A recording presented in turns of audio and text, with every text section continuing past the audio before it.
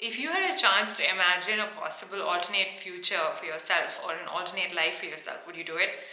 If you had the chance to live a different life, if you could undo a regret, or if you could go to a life where you didn't have that regret, where that regret was non-existent. Supposing you didn't say yes for a certain thing that happened, you had a chance to go and perform on stage, for example, and you missed the big shot. You had a chance, you had potential to become an Olympic swimmer, but you didn't take that shot.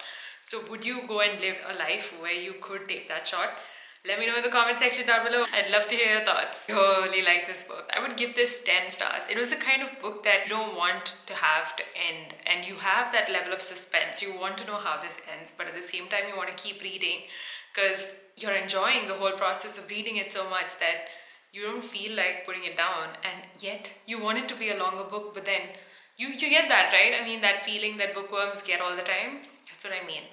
Let's make this more interactive, shall we? My name is Sukaja. Welcome back to another bookish video. This video is going to be a book review video, and in it I'm going to be talking to you about The Midnight Library by Matt Haig. This is a book that has been very hyped off late. While I didn't feel like picking it up immediately, like as it is with all hyped books, we're a little skeptical as readers, and we don't always feel like, reading all the hyped books that come, because sometimes a book is really hyped and it doesn't live up to your expectations.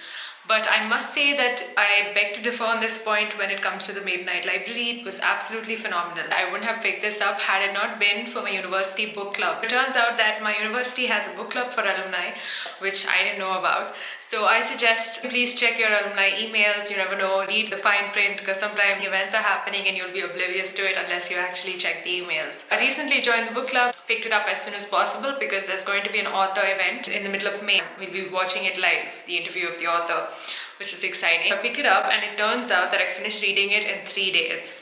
That's how good it was. So I'm the kind of reader whose speed kind of depends on how interesting a book is. If the book is really interesting, I finish it ASAP, like 1.5 days max. If it's really slow, I could take months or even years to finish it.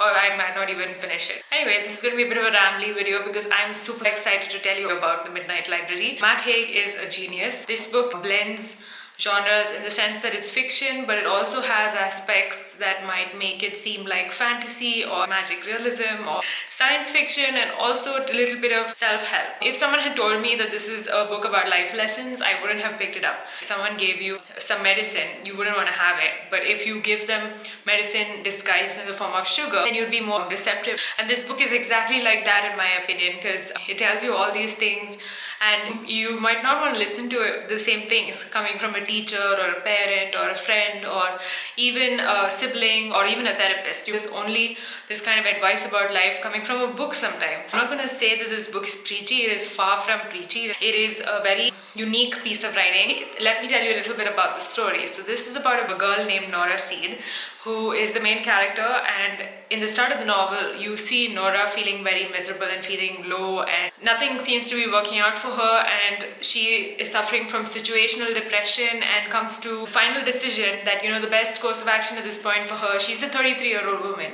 but she thinks the best course of action for her is to take her own life. And once she makes this decision, it just so happens to be in the middle of the night, and the clock kind of stops at 12 and everything around her disappears, and she suddenly finds herself in a library filled with tons and tons of books. The books in the library are synonymous with lives. Nora is confronted with so many different choices, and so she has the opportunity to live so many different possible lives and try them out, kind of like trying out clothes actually. So that's what this book is about. I'm not going to say more. This was such a foolproof piece of writing, and I've underlined so many quotes. I loved the way he put things across.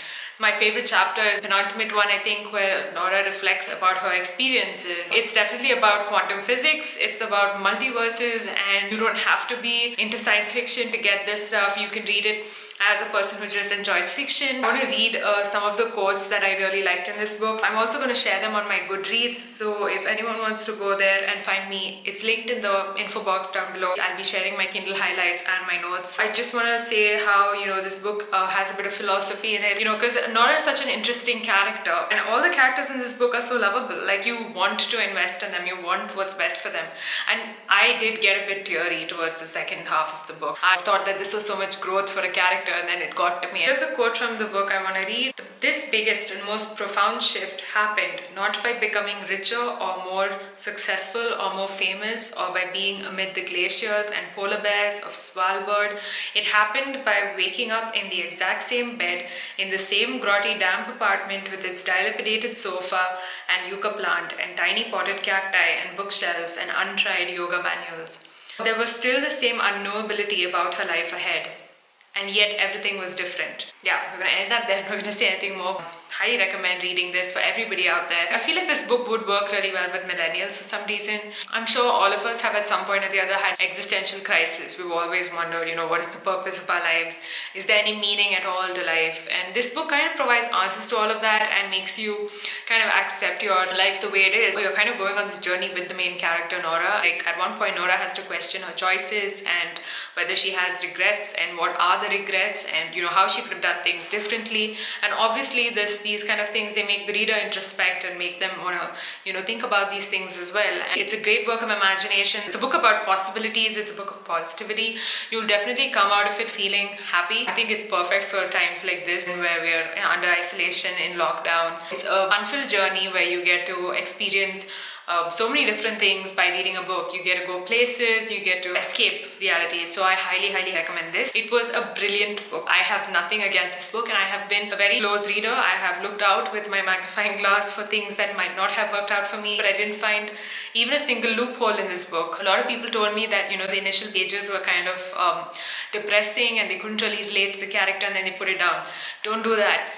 Just persist. I felt like there was a perfect balance between all things that happen in this book. It's definitely worth your time, and I highly endorse this book. Let me know if you're planning to read this. If you've already read it, I'd love to hear your thoughts in the comments down below. The pacing of this book was fantastic. It's a real page turner and unputdownable. I have a few rhetorical questions that I want to ask myself. The first question being, do I recommend this book to every single person out there? Every single confused person looking for the meaning of their life, looking for a purpose and having existential crises? Hell yes, I recommend it to them. Is this book surprisingly therapeutic? Absolutely. Does it make you think about your own life decisions and come to terms with your present state? Yep. Is it perfect for a pandemic? You bet. Will I pick up another book by the author? I will, especially if this comes recommended. So if you've read any other books by Haig, let me know which ones they are. My favorite, most creative character name would be Nora's cat. So Nora has a cat named Voltaire, also known as Wolves, and I think that's just brilliant because she's naming her cat after this French thinker and intellectual Voltaire and shortens it to Wolves. I just find that really creative, and like if I had a cat I would name him Sir Francis Bacon or something like that. People do this all the time in books, which is fantastic. When I even liked the character's name Nora Seed. It's like really catchy and you can't forget it. So many things to like about this book. If you want to gush about this with me, head over to my Instagram and DM me. We'll have a chat about this book. This is a high contestant for my favorite book of the year, and I'm really looking forward to reading better books in the days to come. Let's see if this ends up being my favorite.